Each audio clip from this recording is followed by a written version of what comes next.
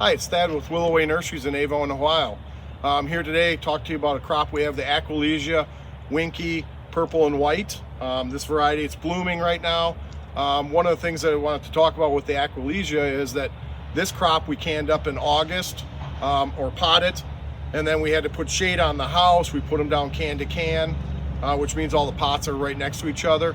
And then one of the interesting things is as the weather gets colder here in the fall, it gets them to start flowering. So we have a really nice crop out here, lots of varieties to pick from. And as it being kind of a spring crop, you can see we've got good roots out to the edge and it's looking good. So take a look at this and see what we have for Aquilegia. Hi, driving by this house, we had to stop and take a look at it. It's what growers really live to get is a crop that's looking great at the time it needs to and is very uniform. So this is Dianthus Delilah Purple Bicolor in my hand here. But we have other varieties back behind, but you can see this is over 200 foot of Dianthus looking great. So we got a really nice crop here. It's rooted out to the edge of the pot and really pretty much about as peak as you can get right now. So if you're looking for some Dianthus, look no further. Hi, we had to stop and look at this plant, looking really good right now. It's Heuchera Carmel. This is a great plant, nice mounding habit. What I really love is the purplish undersides. So you get, like in the wind blows, you get this two-tone effect. One of the other nice parts about this is it's fairly easy grower and a low maintenance plant. So really you don't have to do a lot with this in the summertime. And you just trim it back in the spring down to the crown, so easy to grow. The only thing I would say is it's a little bit, you got to manage the water a little bit. It doesn't like to be in places where you get like flooding or stay wet for extended periods of time. And it doesn't really love being in super dry areas. So range in between works really well with it, but an easy grower overall. Heuchera Carmel. Hi, it's Thad here at Willoway Nurseries. Wanted to talk about a new plant for us. It's from Proven Winners. It's Gatsby Global. What's a couple unique things about this, or the top interest points of it, is it's a more compact oak leaf. So it gets 3 to 4 foot tall and 3 to 4 foot wide. It has a larger cone-shaped flower than most of the oak leaves, so it's a little larger flowering. And it also gets a burgundy to red fall color, are kind of some of the big highlights with it. It's native to North America here.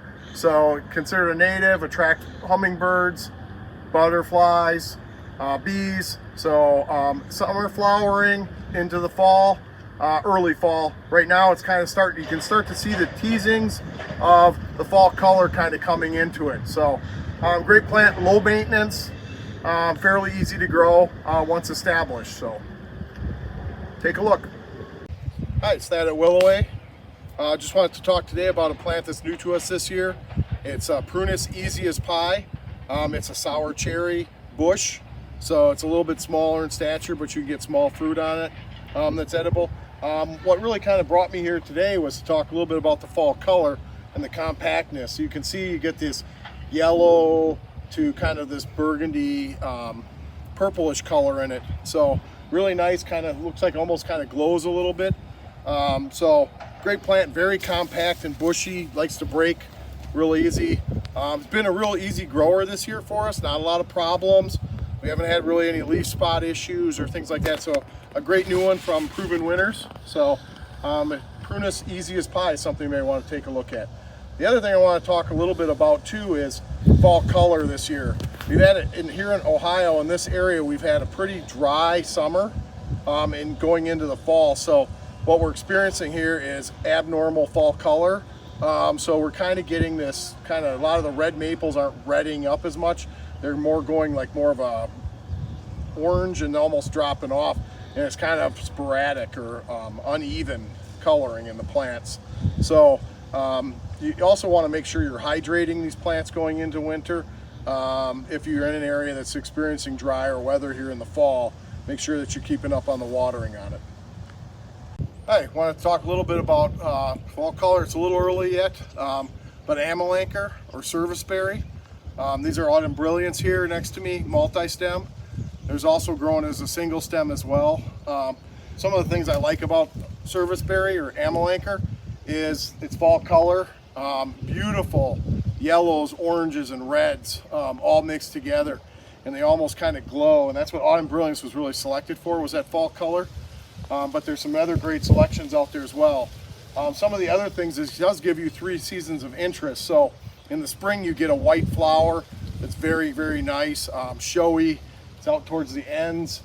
And also then in the summer you develop, late summer, midsummer I'd say, you develop fruit that first comes out as green, goes to red, and then purple when it's finished off. And if you've ever had the fruit, it's probably one of the best fruits out there. Very sweet, about the size of a blueberry. You'll probably fight with all the birds to eat it if you can get some, but real sweet, much more flavor than what a blueberry would have per se. Really great for making jams and jellies, pies, things like that. So that's another nice piece. Not real messy in the way of the berries dropping.